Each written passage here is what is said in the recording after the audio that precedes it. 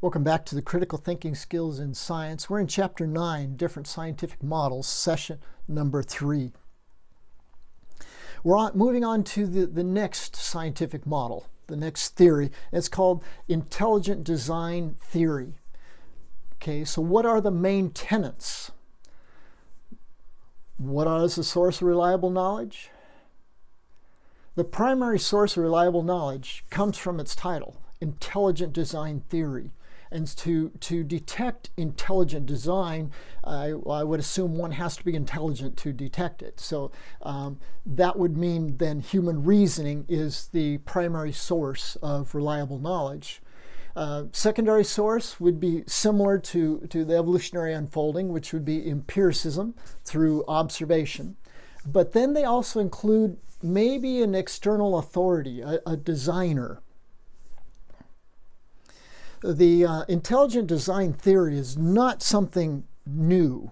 It's something that's always been in the background, but what we're looking at is the newest models that have appeared within the last, say, 50 years or last 70 years, even though Darwin predates that by 100 years. What we're looking at is that, okay, what today are the popular models? And intelligent design is a very popular model. Even within the territory of what used to be biblical Christianity, they've gone to a shift towards a intelligent design theory.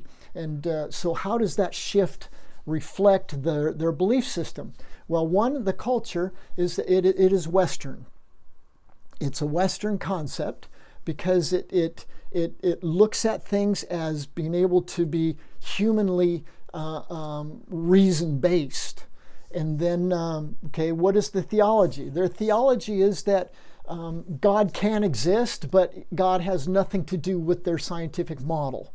So in other words, their scientific model is not based on revelation. It's not based on God existence. It's not based on, their model is based on what they can understand about the world that they live in. So it's kind of, okay, God can exist, but he doesn't have anything to do with the model itself. Ontology, what is real? Well, where do you get then your ontology? What is real? They have to then look within their model. What is real then is matter, because this world, we can see it, but then there's got to be something else that exists. So there must be a spirit domain that exists somewhere out there. So they do believe in kind of a matter spirit, but with more emphasis upon matter. What is the system? Well, it's a closed system. They believe it's a natural unfolding of the evolutionary theory, just like evolutionary theory is. But at critical points of the unfolding, they hypothesized that there was an injection of intelligence, an injection of information that then guided the unfolding process. So that would then kind of be an open system, closed system, predominantly closed system, but with different points of injection of knowledge or of intelligence at certain points. The first cause, again, it's a natural unfolding, which is slow and gradual, random, and directed. So it's random and directed changes to existing structures. And it's kind of like, well, how do you know which ones are random and which ones are directed? How do you know which ones then are? And it's kind of like, well, it's just they go along with generally the Big Bang theory. So apparently then the universe doesn't look so designed that an explosion could have created it. But then when it comes to biological life, then it seems that looks very complicated. Therefore, there must be an injection of information. So, last cause, the designer added complexity to evolving structures. Common ancestry is possible.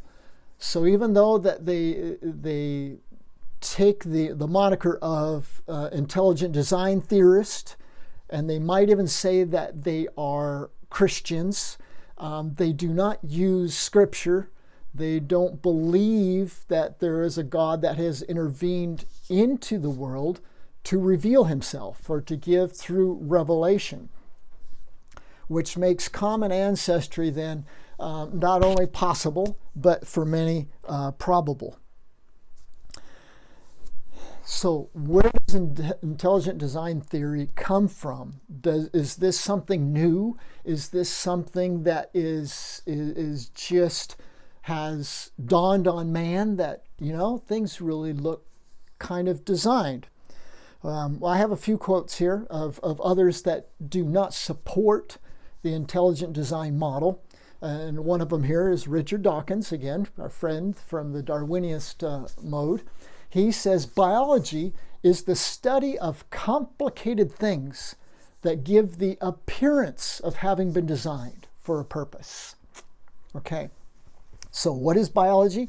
Biology is the study of complicated things that give the appearance of being designed for a purpose. So even though you might be a part of the intelligent design group, because you said that looks designed, Richard Dawkins would say, well, biology is the study of complicated things and that give the appearance of being designed. But they aren't designed because they can't be designed because you can't have a designer in a closed system. Another quote. It is almost as though the universe had been consciously designed. It is almost as though the universe has been consciously designed. Not quite, but almost. I mean, it's the explosion still did it. The Big Bang Theory put it all out there and dispersed it all. But yeah, it does look kind of designed, doesn't it? And it does serve a function and a purpose. It's for marking years and signs and wonders and yes, but it is almost as though the universe has been consciously designed. So that's Richard Morris, The Fate of the Universe. Another quote. Now this one goes back a little bit further. This one actually predates a lot of other theories because it starts in about 600 or 500 BC. According to Heraclitus in 500 BC, the logos is the rational principle that orders the universe within a closed system.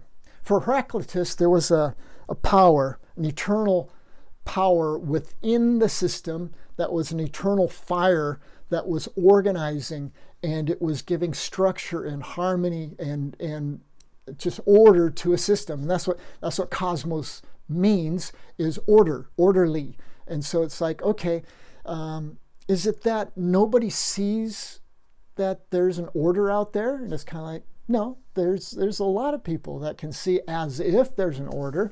And this is where then Heraclitus proposed the theory of the logos as the rational principle that orders the universe within the closed system. What is the core beliefs now of intelligent design theory?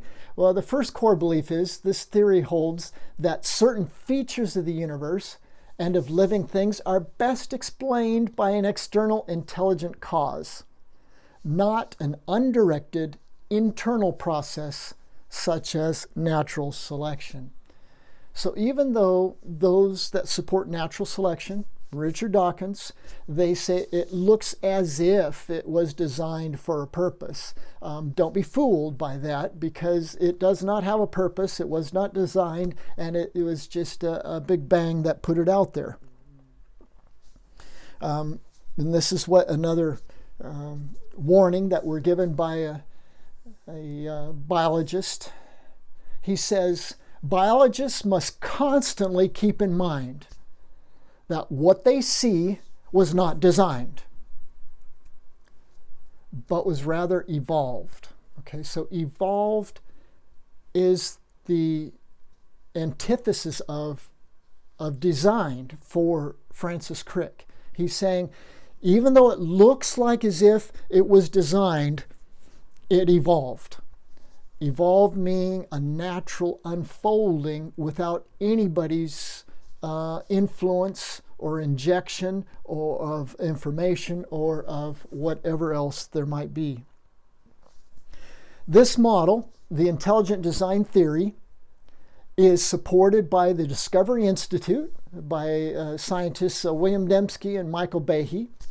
And in their view, they might be somewhat Bible-believing Christians, but they do not believe the Bible has jurisdiction over the authority of science. That the Bible might be then have things to say of authority over the church and over the spirit realm, because in intelligent design theory, they do allow for two domains or two realms, which is one is the matter, which would be science, and then the other one would be the spirit, which would have something to do with design, intelligent designing of the universe. So who are intelligent designers, or who can be a part of that group? Well, that group is supported by whoever would lay aside biblical parameters, whoever would want to believe that there is a rational force out there that is not necessarily a part of the system. It's outside of the system. And it could be a god, it could be a UFO, it could be whatever out there. There's a lot of different groups that are involved in the intelligent design theory.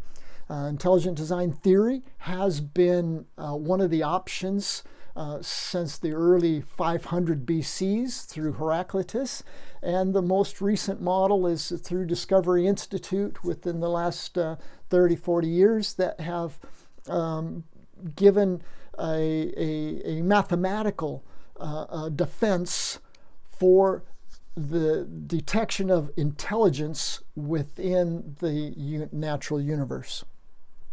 So that is the intelligent design model. We're on session number 3, wrapping up session number 3.